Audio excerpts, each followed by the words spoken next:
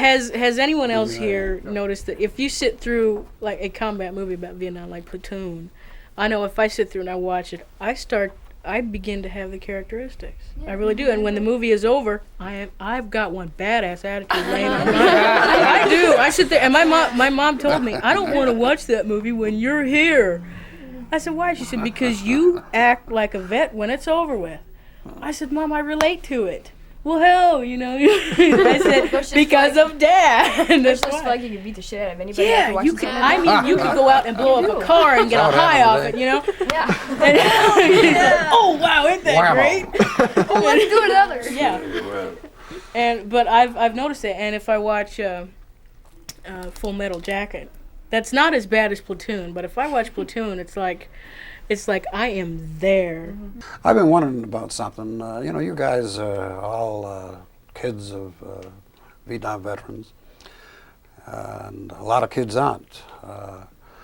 Have you noticed at all that you're treated differently, or you feel differently because you are the kids of Vietnam veterans? Compared to the rest of my peer group, if you want to say that, I feel older than they are, maturity-wise, because I've dealt with a lot of stuff, that they've never even, thought about having to deal with. So it's not just the fact that your stepdad was in Vietnam, but it was the way he treated you. Mm-hmm. Is that the idea? And my mom, too. Mm-hmm. With him, nobody could do anything right. Mm-hmm.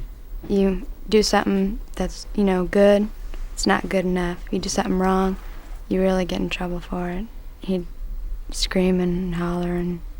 No, he was never actually physically assaultive, was he?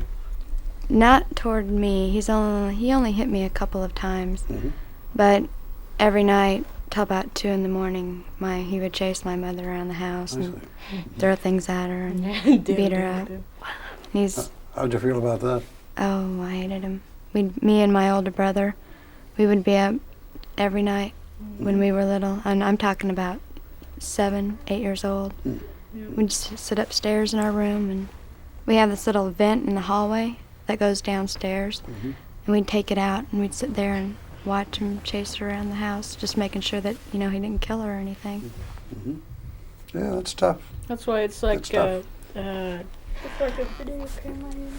it's like the guys would have to, over there, I've heard stories that they would have to get up in the middle of the night, and they would be tense, and they would have to keep their eye on everything.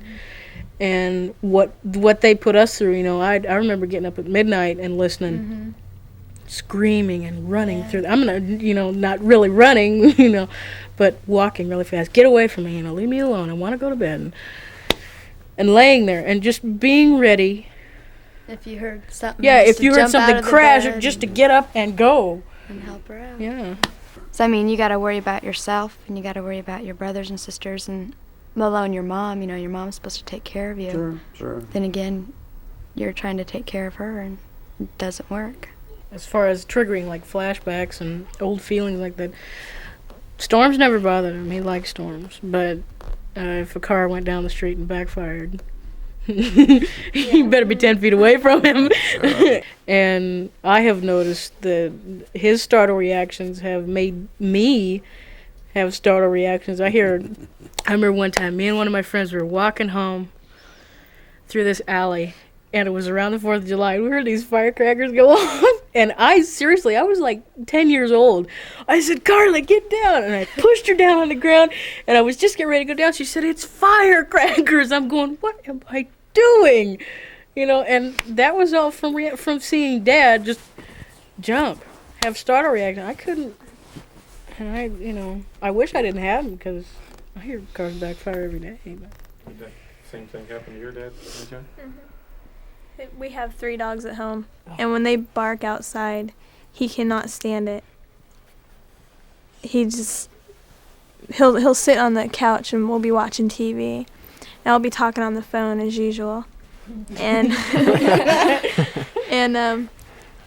I'll be sitting there, and my dad will start screaming at somebody. He'll he doesn't even have to be in a bad mood. He'll be in a good mood and all happy and jolly and everything.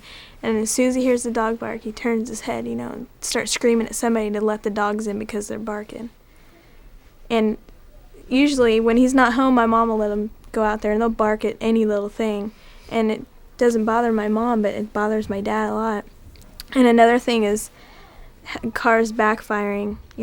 We'll be driving, he'll swerve the car because of it. And he's just really jumpy, and he doesn't like cars that they don't even have to be very far behind him, and he'll pull over off the road and let the cars go because he feels really insecure. 3 weeks ago, I went and I applied for a credit card. A credit card? Yeah, and like A a week credit ago, card. I got a telephone call, and they asked me a few questions, and then like 3 days later, it came in the mail. And how old are you? 16. 16 years old, you got a credit card. Gee. God bless America. No, you'd be like everybody else. You'd be in debt. What? Anybody else here got a credit card? Monday, my aunt from Arizona called, the one that was in the car accident, Oh, and yeah. has the little baby. She lived with us during the summer for a while. Right. She called, and her husband, Joe, hit her again. Really? She warned him that if he told her that he was going to go to counseling, Yeah. and that he was going to get help for all of his problems, and basically just lying to get her back down there. Huh. And so she called us Monday and told us that he hit her again. And she moved in yesterday. She flew in, and she's living with us again. Good. Okay. So she's like looking for a job, and she's going to stay. She'll probably be at our house for 6 months maybe. Let's hope she more or less. means it this time, huh?